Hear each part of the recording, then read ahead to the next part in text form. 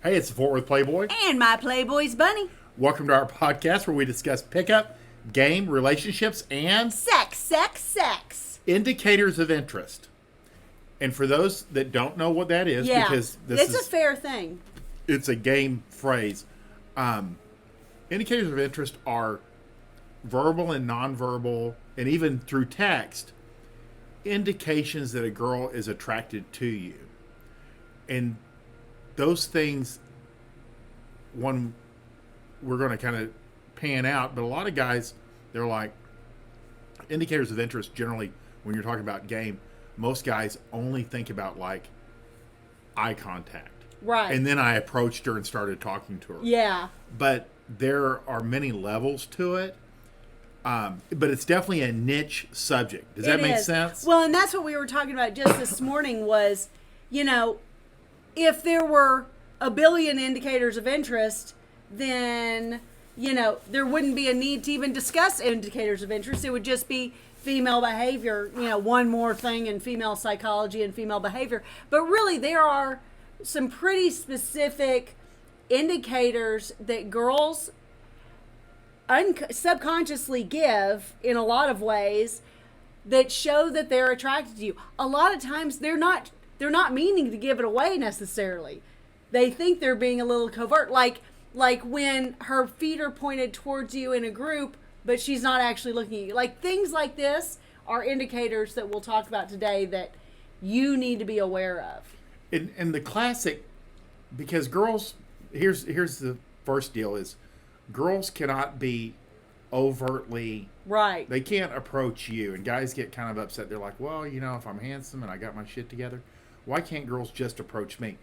And the reason is they're hardwired. Mm-hmm. Girls are hardwired to be submissive and to react, not act. Right. So, like Bunny always says, girls can't risk you getting away. No. So they have to do things subconsciously or unconsciously to get your attention so you will approach. And the reason we can't risk it, for those of you who do not know, is that we have a finite timeline of availability where we're at peak attractiveness, peak, can't think of the word.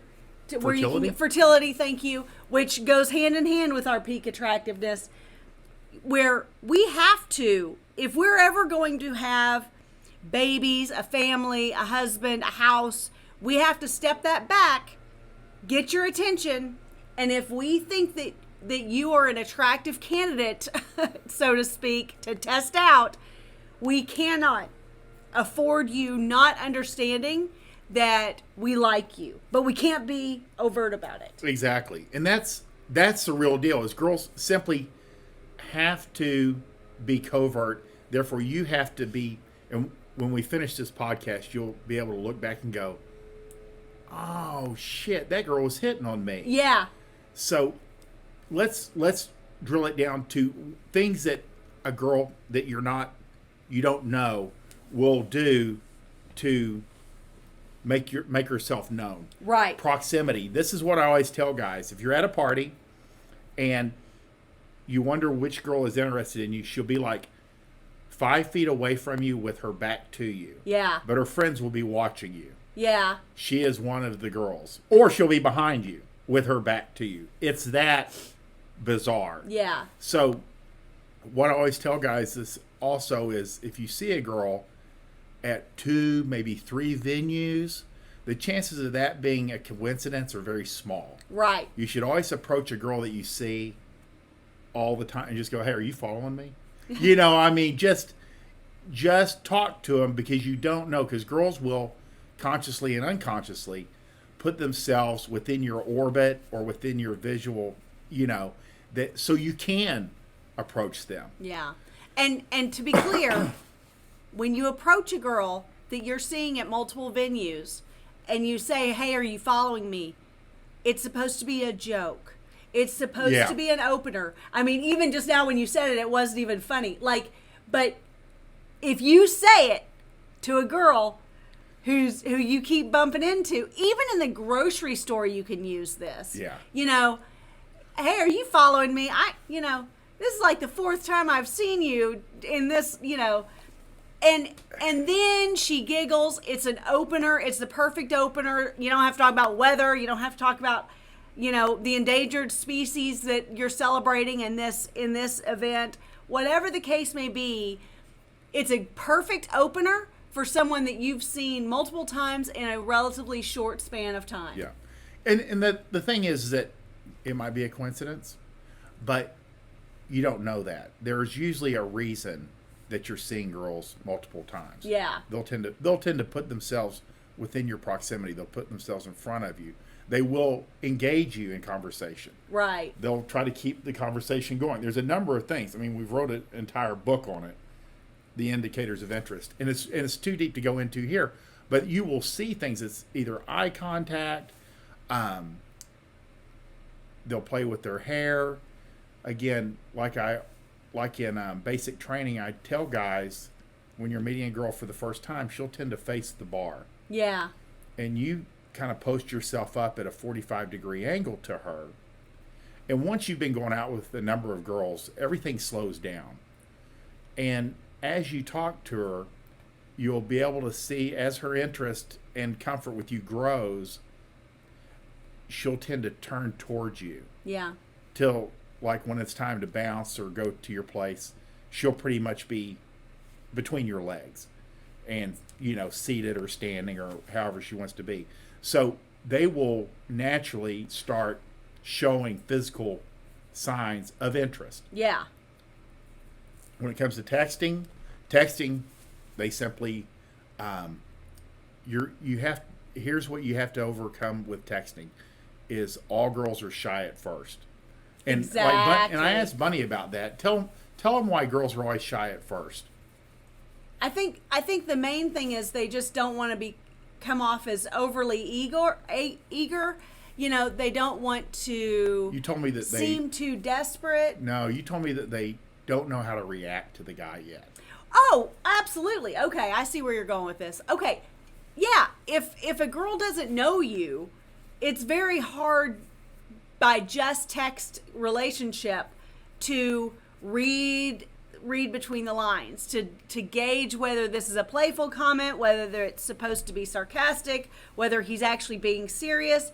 There are all kinds of ways that she has to be very cautious that this conversation doesn't immediately turn into "fuck you, you're a bitch," because girls have seen it all and it doesn't take much experience for that.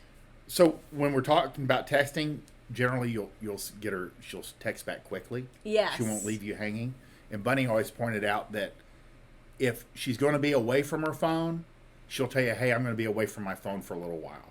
And she'll give a legit answer, like, as to why. Yeah. She'll give a reason. And again, I want to convey, they won't do this right off the bat. This is after you've what I always call flirty banter. You know, after there's been some exchanges. Yeah. She'll ask questions.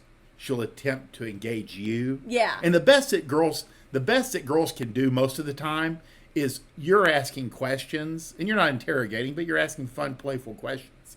She'll say you. She'll ask you, like, what is your take on the same question? Yeah. That's the best they can do most of the time. Uh-huh. Girls were not made for starting conversations. Right. Because they don't have to, and it's not their role, you know. So, but she will try to continue the conversation if she's interested and she feels like it may be dragging, or kind of you may be getting tired of carrying the ball. Yeah. A girl who is interested, and this is before you fucked, like, if you're just chatting with someone, if she wants it to keep going, girls know how to talk. So girls can keep a conversation going. Yeah. When they want. Or if they're not, like, that's what I said. Or if they're not overly nervous. Yeah. You know, I mean, that's the thing you have to kind of realize is girls are probably more nervous than you realize. And that keeps them from doing a lot of things. But in text, don't you feel like they're a little bit, because texting, they have the advantage. So yes. I feel like girls are a little bit more ballsy in just text once they kind of get into the conversation. That's a good point. You know, because, I mean, and I think that's why there are so many girls who, guys will get blown out because they go too sexual in those first conversations, and then she feels like a slut, and then he can't get her in front of him because he's already shown his hand. The expectations. Yeah. It's true. It's one of those things that is a blessing and a curse for a lot of guys. Yeah. Is they can get her sexual on the phone, but she kind of freaks because now there's expectations. Yeah. And expectations in person are two different things. And we're really like going off on a tangent, but it's important to know these things. Yeah. Because maybe your texting game is actually strong, but it's so good that you're like fucking yourself and you just don't know it. And all guys that end up doing this end up, looking back and going, oh, that's why she wouldn't meet up. Right. All girls have to do is have a reason. Yeah. That's the thing is like online or on text or DMs, the girl is in the superior position, and then in person, guys are at the advantage because you have your presence, your charisma, and you can keep things going, and girls like just kind of react. So, with indicators of interest, the best thing I can recommend is if this is something interesting to you, there's a link for the book below. And it goes into everything, including, it's like this one guy said, indicators of interest are horrible. Compliance is better. Yeah. And I have a chapter on compliance in there too. Absolutely. And guys always go, what is compliance? And compliance is where you make a suggestion, the girl starts agreeing with you to do things. Yeah. And the big three I always say are the initial meetup, bouncing to a second location, and then going to your house. Yeah. Those are the big three, that you can if you can get her to move, she'll pretty much go along with, at some point you might have some resistance, and that's okay. That's normal. Yeah. But getting her to say yes, it's kind of like sales guys. Get them to start saying yes, and then you start going, is this the car for you? Yes. Absolutely. So you got to get momentum, but that's the idea of it. But there's a number of things in indicators of interest that puts this all into a complete system. And it's one of those things, and I'm going to tell you, not to discourage you, but it's not a set it and forget it type of manual. It's true. You read it, then you apply it. Yeah. And you start seeing it, and then it becomes natural. It's kind of like swinging a baseball bat.